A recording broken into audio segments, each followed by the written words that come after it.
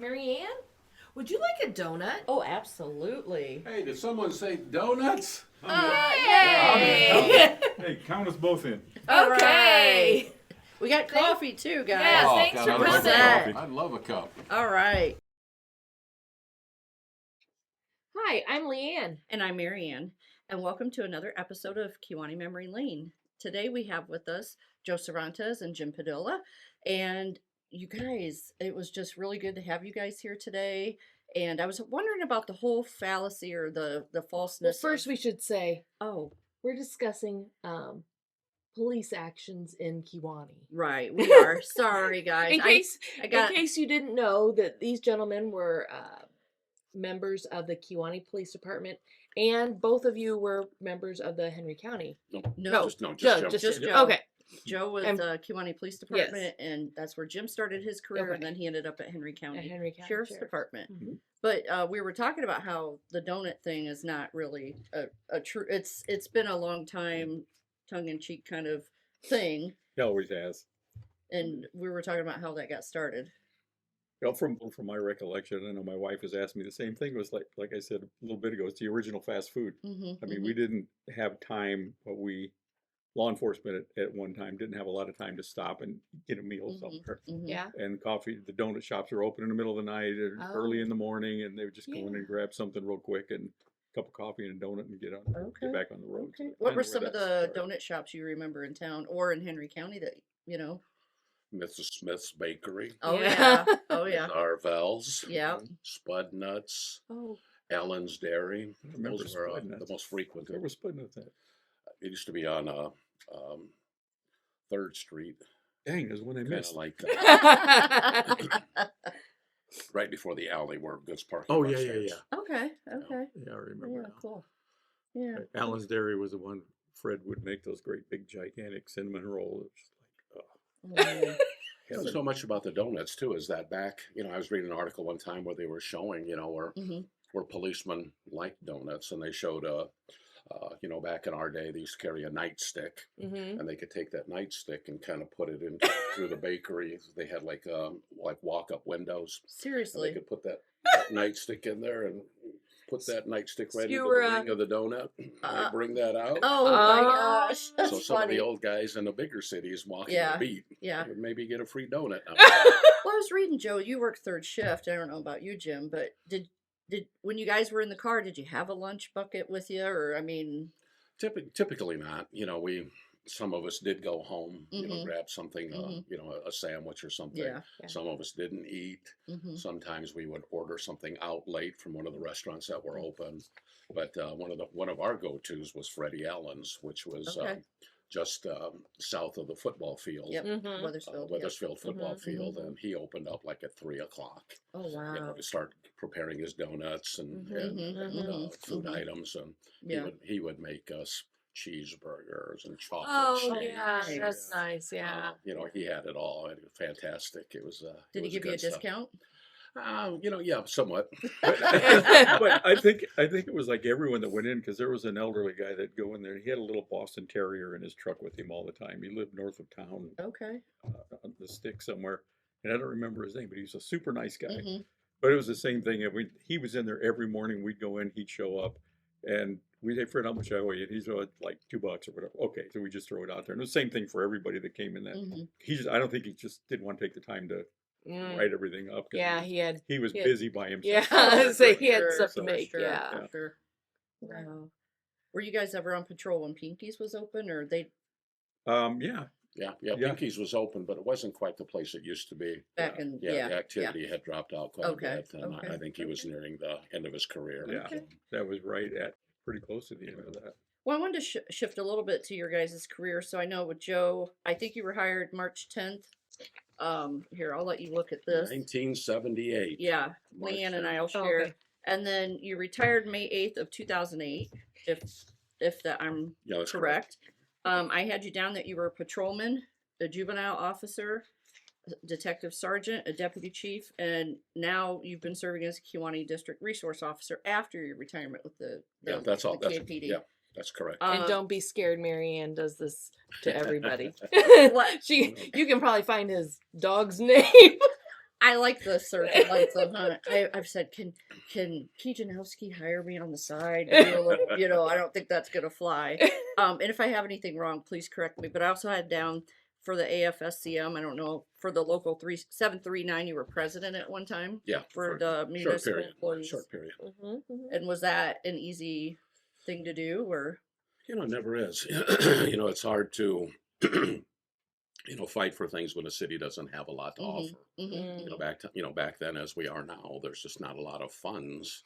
And when Jim and I worked for Kewanee Police Department, Jim starting before I, that we were not making very much money. Right. So they would try to give us a little bit more time off, maybe another personal day. I think even back then we got our birthday off. But our pay was so low, and our benefits not that great, so They had to offer you different perks. yeah. So you're trying to go, and and you have the politics, that were really strong back then. And Boy. there were some battles with different council people who were negotiating for the city, and so sometimes it wasn't very fun. My dad would talk about that, and I think that's where I get some of that, wanting to know what's going on with local issues and whatnot. So, and I won't say any names right now. I'll say that off camera. I will say, of all things, politics is what is the main the reason hardest. I left the police department. Yeah. And then look where I ended up. In Now, I politics. don't know if I got your hire date correct in 74. You did. 76. 76. Seven- Okay, let me fix that. 7/6 of 76. 7/6 of 76. Well, at least you Okay. got out of the fourth Yeah. 4th of July crap. Yeah. What, I'll get back to you, Joe, but what made you decide, hey, I'm going to get into law enforcement or be a police officer? Honestly, in high school, remember we used to have to take those. Mhm. I can't remember what tests they were called, but we took those. One of my counselors and Chuck Fleming. Actually, Chuck just recently passed away, not too awful long ago.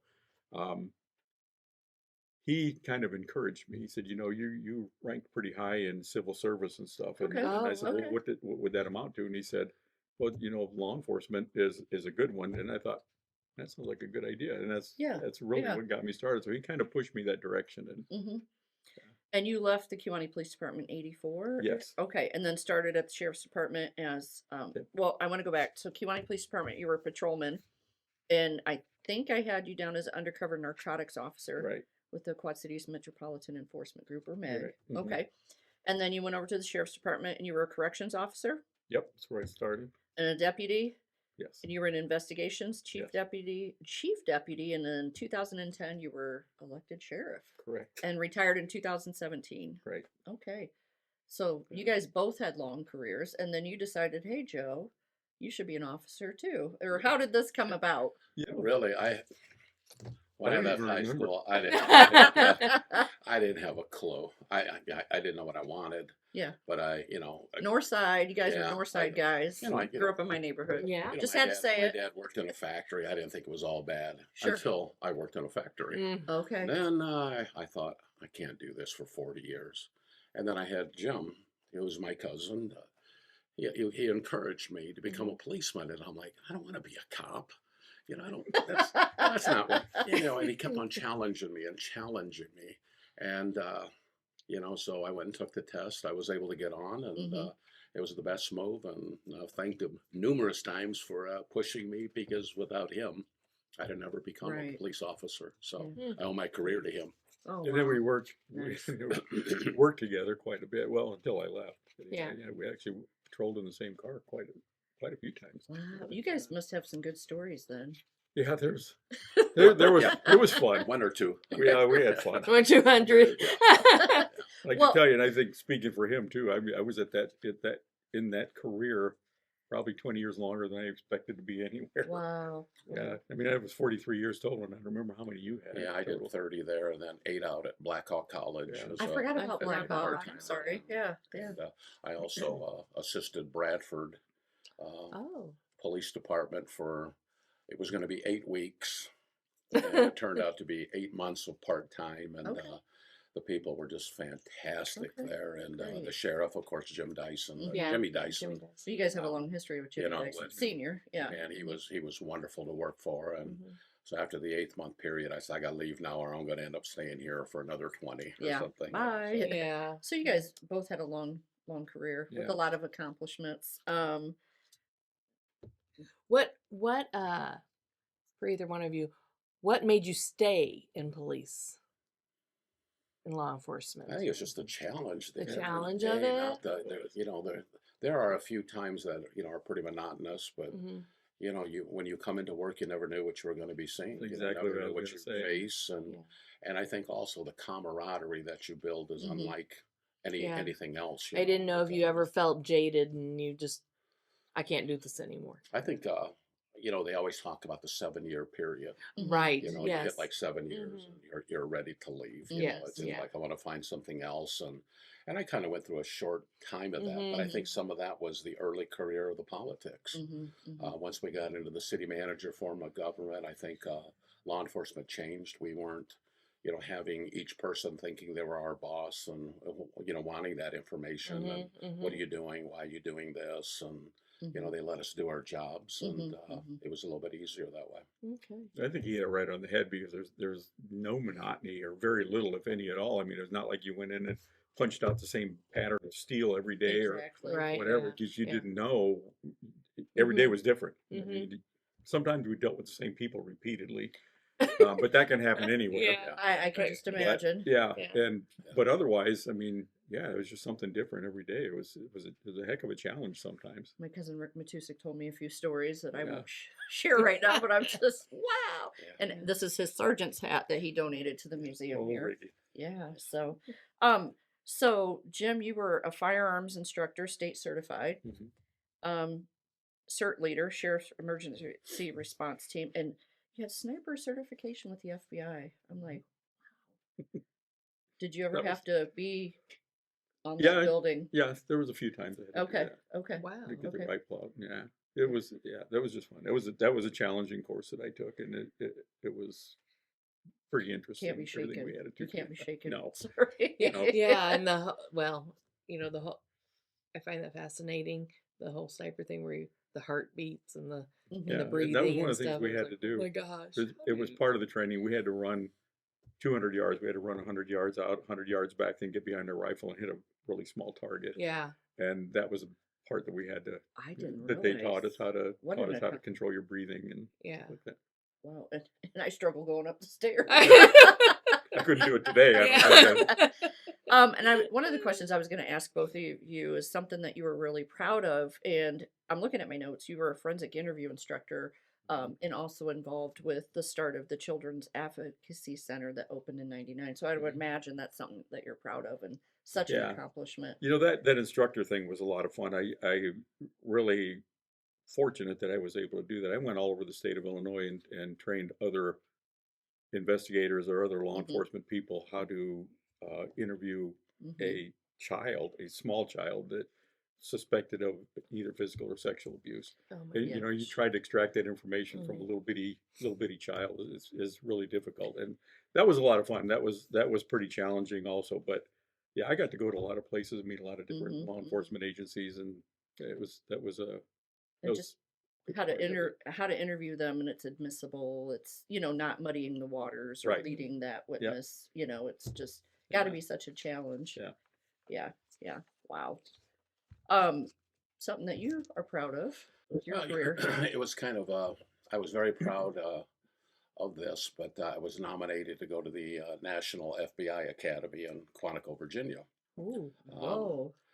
And what I later learned was only 3% of law enforcement in the United States are ever offered that opportunity. I didn't Wow. go. There, some of Well- it was, when I went, they said, you've passed all the criteria needed. Once you sign this piece of paper, your name will go up on a list and you could be Oh. called tomorrow. Mm. And I said, is there a possibility I could just do it like during the summer when my kids aren't involved? Right. And, Right. they're in activities. And my children were involved in a lot of different things. And I kept on putting it off and putting it off.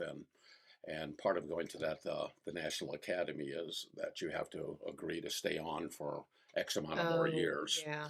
And I was nearing that time period, and I said, I can't get back Yeah. I know my you kids know, were done. Family. you were Yeah. And such there were a huge few other family man. reasons, Yep. but that Yeah. was one of the major Yeah. ones. And you know, and I think back, and it was like it would have been neat. You know, you pick your own curriculum, and it's like 16 weeks or something, Mhm. and it would have been exciting. It could have been something. You know, they always talked about getting that FBI ring. You know, or Yeah. the I should say the National Academy, because it's not the FBI. Uh-huh. This is uh-huh. just kind Okay. of Yeah. a prestigious thing for law enforcement. Right. Okay. Right. And you know, That I is bring it cool. up now and then to people. Yeah, I was, you know, nominated for the, Why you know, not? how Yeah. was it? Oh, I didn't go. But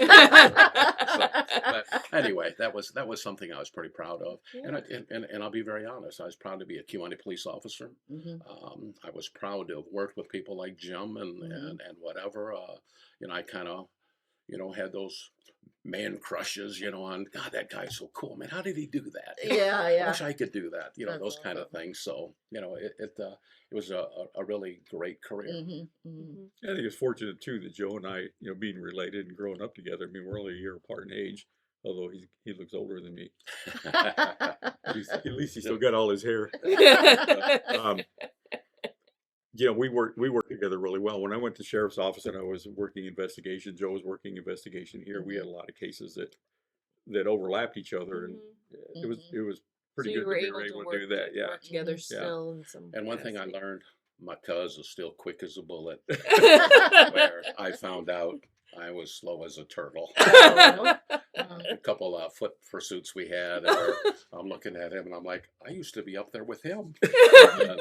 And that's not so quick anymore. Well, you know, that happens. So I have a picture behind me, and they probably can't see it on camera, but this is the old Yeah, City Hall and Police man. Department. What was it like working in that building? Yeah. There's probably a lot of ghosties in there. It's just kind of a weird building. That Did it have whole- weird with the vibes cell- in it? It did. And it was like added on to and like Yeah. reconfigured. And Yeah, I know this. Remember the old cell block? I mean, they had. Well, you know, when I Ooh, started, the the old cell cell block was block. already Too demolished. bad It was done. gone. Yeah, that cell block was this the that That's was the the- police yeah. department. that was the police Yeah, department? Okay. and the fire department, right? It was The- right here. Yep. Yep. Yep. I remember that and that. Yeah. Yeah. And I paid my water bill here. I tell Anyway. you, the cell blocks were so bad. I know when they demolished the cell blocks, they had to pour concrete in to level that floor up because Oh it was man. so. Oh yeah, but it had the old bars. It really been cool if you've been able to. Somebody would have been able to save Did it have some like of those the old blocks. skeleton? Yeah, key to it get did. in It there? had those big, gigantic, heavy steel doors that just clang when you close them, and it was the steel bunk along the wall. Yeah. It was Did kind it of a put the little fear of creepy God place. in people that were They put in didn't- there? We didn't use that very often. I mean, we weren't supposed to because it was not. Oh, okay. It was not up to snuff. So at you all. had So how did you other. hold somebody? We would just confine them. Actually, we if we put someone in there, it was just to hold them temporarily until we had like sheriff's office were coming to pick them up, Mm. and somebody would have to stay there with them. Okay. Yeah, it was just not a good place. probably to- had- You know, and one of the first stories that I had heard when I first started was Jim going in. There was a prisoner who had started a fire in the cell, and nobody could get him out. And Jim went in and got him, drug him out of the cell. Oh my. So I think that was at the Yeah. time they were condemning it and getting it out of there. So Yeah. when I started, there was no holding cell. There was no place to. If you arrested somebody for something violent, you handcuffed them to a chair. Sometimes they would pick that chair up and try to hit you with it. Wow. And in order to Yeah. walk in the police department, all the security we have now, which is needed, Mhm. back then there was a little half swinging gate. Mhm. So you could come in and on Ambush. many occasions we Yeah. had family members coming in trying to fight us to get their Really? person out of there. Oh, yeah. You know? Wow. So you guys have to be able to think on your feet, obviously, be a good talker, a good listener. I mean, Yeah, it was crazy. I mean, he just reminded me of this, but how law enforcement has changed since then. The state police districts were divided up differently than what they are now, Okay. and actually they just went through a change not too awful long ago again. Okay. But Bureau County used to be a part of District 7, which is no longer District 7. I don't know, I think it's 4 or something like that now. But the state police used to keep their radar guns. Everybody had a handheld radar gun. They didn't have the ones once mounted the car like we do now. Mhm. And at shift change, they would come into the police department. There was a long thing of cabinets right as you went in through that little swinging gate, and that's where they stored their radars. So they would come in and exchange radars every day at shift Mhm. change. Okay. And now everybody has one in their cars. Right. Wow. Yeah, it's just weird how the things change. You know, and when they took the cell and they condemned it, then they made it eventually into a kind of like a file room or Mhm. kind of like a day room, so we Mhm. could go in and have a lunch or. Mhm. But during the winter, you'd have to sit in there with your coat on, a glove on when you're doing reports because it was so cold in there. And they Wow. put some heaters and stuff, but it just couldn't keep it warm. And then where the dispatcher sat, we would take a blanket and literally nail it over the door opening. Doorway. And sometimes you'd come back in there and that blanket's blowing like this straight in the wind, and the dispatcher's sitting Wow. there, Wow. you know, freezing, and it just was not made. You It know, didn't move with the no. times. No, it didn't. I mean, the best part of that building was the garage when they added the garage onto the back. I'm serious. That was it. And one short story with that, when I was in investigations, because they didn't have a lot of space there, when they built that garage many years before, they took a section of it and they made an office for me. And the late chief of police, Mick Potasnik, always had these juji fruit licorice things, and I like the black ones. And so he brought in a plastic bag like this with the black juji fruits in it. And I threw it on my desk and left for the day. Well, the next day I came in, juji fruits were gone. And there were little shreds all over the floor. And I'm thinking, what in the world Rats. would eat a quarter pound of juji fruits or whatever, you know? Nothing. So I tell Rick Matusik, who Rick was the go-to guy. Man, if you needed something, you called Rick. Rick could get it done. Still is. And very happily. Yeah. The man was amazing. And he goes, "Wow, it must be a rat." A rat? I guess right. So he says, "I'm going to put this little green poison and stuff." So he put that bag in there. The next day I came in, it evidently only made the rat mad because it took that stuff and threw it all over the office. Well, now, you know, I'm not too comfortable about going and sitting at my desk How big and, is you this know, rat? doing my Your feet are off paperwork the and floor. stuff. And so he brings in this big rat trap. And in that office was another room that didn't really have any lighting and stuff. And it was all dingy and dirty and Gross. and never really went in there, but there was some power, you know, panels and stuff like that. Yeah. And so Rick put that rat trap in there, and the next day I come in and God, there was just blood. You know? It chewed its I leg don't off. see a rat, you know, and I'm like, or you know, something else. And I open up that door, and there it was. It was pretty sizable, and I'm like, "Thank you, Rick. Thank you, Rick." Oh my You know, God. but, Joe was doing the happy dance because he went on a murderous rampage. Yeah. And that's the truth because that thing ate his candy. Oh. yeah. I thought you were going to say it got frozen, somebody bit it and broke Oh. the tooth, you know, but this was a better story. It was. Oh. So after they condemned that, remind me, where was the police department then? In like at Tremont and Third, or was that, you know, I can't remember the timeline. No, it was always there. It was always there. there. It was always there. Okay. We went from And then there when to- the new, yeah. and what year was that? I can't remember. I don't even remember. 80 something, was it? Yeah. It was after I left because Yeah, it just started. So it must have been great to I just- walk into a new Yeah. place. It was after 93 because I was here. Okay. Yeah, yeah. Okay. Well, you're Yeah, I closer than don't we were. remember. Yeah. I don't recall at all. Yeah, I don't remember. So 'Cause that I was was like- long gone by the Yeah. time they started building Yeah. a new Yeah. building. Yeah.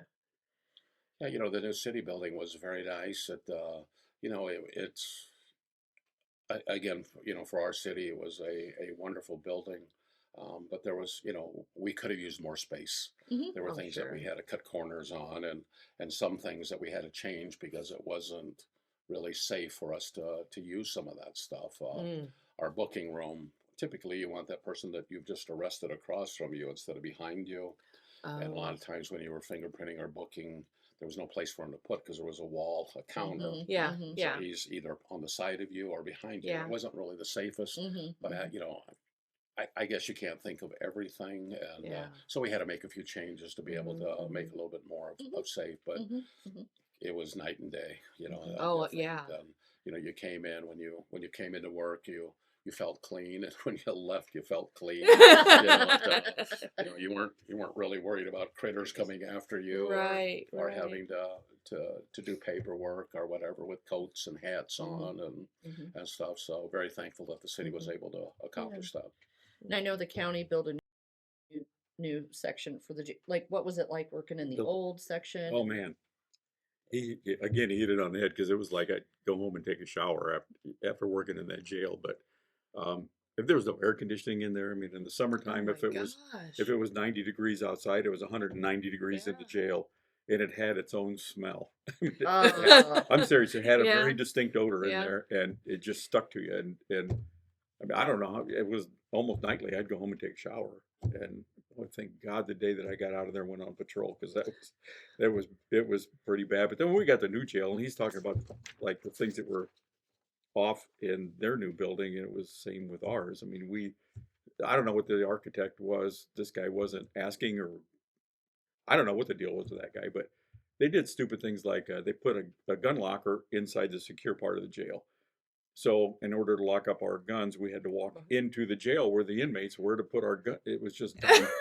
So we finally got them convinced that needed to go elsewhere. Yeah, So yeah. they removed it from. It was built into the wall. They removed it from the wall and attached it on the outside of the wall. So now the gun locker was sticking out about that far from the wall. But and there's also like a chase. There's a catwalk, we call it, the one around the cell blocks. So you could walk and look in each individual cell. There's a little flip up window you could look in, and as we'd make our rounds after we got them locked down for the night. Well, when they built that, they must have thought everybody was like the size of a professional basketball player, because they put the windows up. We have milk crates on the first couple of windows that we had to stand up on, and then the water pipes came out, so we had to work around the water pipes to stand. Oh my So we finally got gosh. them talked into. They lowered all the windows except for the first ones that they put in. Yeah. And I mean, there's just a bunch of stuff that was Must have been just a tall wrong. person. Yeah, for sure. but they got most of it corrected. Yeah, And yeah. You know, it and went we, on, and but it was we understand, they say we can't go around to every police officer and say, what do you think about this? Right. They've got to right. have their strategic plan. And I think and some go by input it. would have been nice, but you know, I mean, they didn't even know that we had an investigations division when we talked to them, and the guy said, we didn't even know you guys existed. They said, well, you can go to the state's attorney's office, but we don't work. Well, we work for him, but we don't work for him. He's not our boss. Yeah. And so they ended up. If I'm if I'm not wrong, there were no plans for a basement under that courthouse. Until then they said, well, we've got these other people. We need an evidence room. We need a gun vault. We need all of these things. And so they ended up putting the basement in, and yeah, I've been in that got all basement. those things. Yeah. Yeah, when I worked for a different agency, I had a satellite office for Henry County up on the third floor, so I was up by the veterans, and then I would go in the basement sometimes if I had to store something or. Yeah, I mean, we ended Yeah. up with a drug testing lab down there, and Mhm. we had one of our guys that went to certification training so he could test cannabis only. And we'd had a lot of drug cases, or a lot of cannabis cases that came in through there that he tested for. So all of that stuff came in later, kind of as an afterthought, but it was actually a big improvement. So we were very fortunate there, like they were. Just different things that got changed around. So. And I think when you guys started out, and now there's so much more technology. Right. You know, you see the officer, he's got the laptop in the car and Mhm. all these things, and they've got GPS so they know where everybody's at. It's just so different. And Yeah, I mean, there's like with us at the sheriff's office, I mean, we'd get out in the middle of nowhere, we'd get a street address, and knowing how the addressing system works out, the 911 system, it takes a little bit to figure it out, but Yeah. and it'd take me forever to explain it to you guys. That's but okay. now with the tracking systems that they have, they can look on the radio, the girls, the dispatchers, and it's dispatcher week, and they, happy I don't know that I dispatcher could do week. their job. I'm not kidding you, but they could actually say, okay, you're going northbound, turn right at the next intersection, so they can guide the squad car right to that emergency Oh, call. Nice. Yeah, It's that also works nice out to really know they well. know where you are in case there is backup needed or something else. Yeah. You know, but if you're in Orion and you get a call for Geneseo, like what Yeah. you know.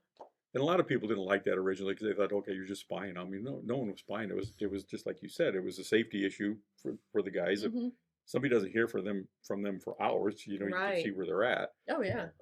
Likewise, the biggest thing was, like I said, giving directions to an emergency call, so you could tell, the For next sure. house down the road, whatever. Yeah, For it worked sure, out really well. For sure. Yeah. You know, so much of it too. When we first started at Kewanee, you know, the lieutenant or the captain, the head of that shift, got a walkie. No one else had a walkie. There was only one that was available. Who did he talk So, to? so he could talk to dispatch. Okay. I But think if the other officer needed something or needed to get a hold of him, he'd have to get back to the car. So if he was in some type of situation where he couldn't get away, he didn't have anybody to talk to. Oh And my gosh.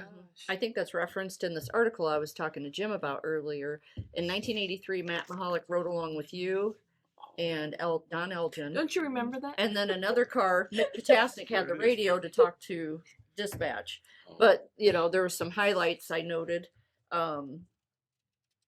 What I found amusing was that they had red light, not a stoplight, but a red light on a pole when they did downtown foot patrol, or who you might have done that before. The That- red or lights that were was way gone before. before. Oh, you told me you saw the. Yeah, but yeah, that there was the- They recently. There was just the one. Yeah, but Yeah. if they saw the red light flash, they had to hurry up and get over there and get on the phone and call the police Dispatch. department, Yeah. dispatch, to find out what they needed or what's going There were on. phones mounted on the poles or something. if Wow. remember I just thought, correctly. You remember wow. seeing that light down there?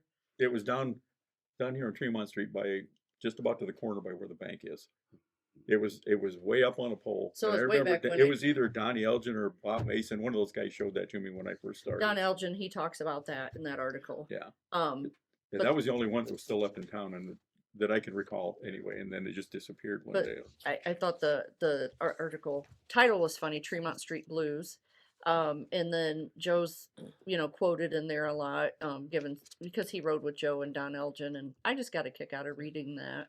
I can remember that. I think we got a call with a guy barricaded in a room with a knife or something with his girlfriend or wife, Okay. and Matt was Yeah. with us. Uh-huh. And, of course, he had to stay outside. Yeah, and, yeah, yeah. and stuff while we're negotiating with this guy to Mhm. get him out of the room and stuff. So he definitely had a very busy night, if I remember correctly. And I see Matt on occasion, and he'll bring that up. Yeah. Cruising with the Kewanee police. Yeah, yeah. I'd love to do Funny. a ride along.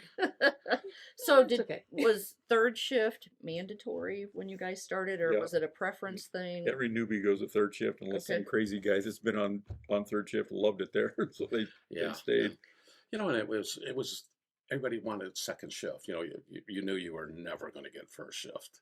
You know, so it was like second shift was the shift. You know, Okay. you And could- what hours was and second that was shift? 3 to 11. 3 to 11. Okay. Yeah, so you could have a little bit of your morning, and then, back then, if you wanted to meet your wife or whatever or friends out at 11, you could still make it up to Okay. Ann's or Lloyd's or Circles back then, or Okay. whatever to have a couple Pepsis and enjoy some of your evening. Mm-hmm. But the terrible thing is because we are always short. Mm-hmm. Mm-hmm. Here could come a Friday, and you hadn't seen your wife. I think for like 8 years, Mondays and Tuesdays off. So my only chance to see the real people, friends, and different things like that was on a weekend at 11 after 11 p.m. Yeah, right. And you get ready to go. Okay, I got 20 more minutes on this shift, and I'm out of here. And it'd be Right. like, Cervantez, you're staying over till 3. What? God, and you never knew. So there were many times you'd have to try to get a hold of the wife. Of course, no cell phones and whatever. Right, right. I'm not coming. Yeah. Man. So it's a little bit different. Now they have power shifts and stuff where some of the shifts overlap. And, and I think that I don't know if they're 10 or 12-hour shifts, but a lot different now. Say somebody committed a crime at quarter 11, and then at 11 you're like, time out, we got to stop all this conversation, my replacement's coming. Yeah. I think that didn't happen. No. And back then there were 2 of us. So no matter Yeah. what those situations were, there were going to be 2. Okay. And if you had to call the county back then, depending on where he's at in the county, because a lot of times there was only one. So That was I did that a lot. Yeah, by yourself for the whole county. It's I kinda was just crazy. because I think in the article, this article I was talking about says there's like 100 miles of driving in town Mhm. here, but Henry County, like throughout Henry County, how many? 821 square miles. Wow, Yeah, that's a lot of. Henry County's a large county. It's one of the larger counties in Right. the state of Illinois. Okay. Geographically, it is. Wow. Yeah. Wow. and so much of it too was that Stewie, actually, he would almost stop by the police department every Yeah, day. yeah. He'd always Aw. have that carnation on. Yeah. Yeah. Yeah. Yeah, that big mink or fur coat. Yep. and, Really? Yeah, he was and a actually fun to cigar. talk to. Yeah, Really? Yeah, he was. He was fun to talk to. Just about general things or boxing or Just whatever. about anything. yeah. He just liked to talk. Mm-hmm, Yeah, he was fun to talk with. He was a good guy. Yeah, he always had a little saying, that if the world was a person, Kewanee would be its blankety blank. And, laughing and eating that cigar. Yeah, yeah. But I always liked going into Happy Joe's when it was at the movie theater parking Mhm, lot. when yeah, Al right. Hill had it, and he had those pictures of Stooley Uh-huh. in there with like Marilyn Monroe and I can't Okay, remember who all. yeah. Oh wow, Yeah. that is so cool. Yeah, sitting in restaurants with him, it was kind of cool. Yeah. That was interesting stuff. But Stooley was an awesome guy. Hi. Oh God, I had such a good time. I did too. I can't Who believe knew that they had so many stories? Yeah, and they started like in the 70s. I just, to learn so much more about Stooley. I wonder what yeah. else they know. Yeah. Like Gosh. other Kewanee historical people or... Right, or places. Yeah. I guess that we'll just have to find out. We'll have to see in part 2. in part 2. Too. Yeah. We'll see you next time. Thanks for cruising with us today. We hope you enjoyed the show and you'll join us for our next cruise down Kewanee Memory Lane.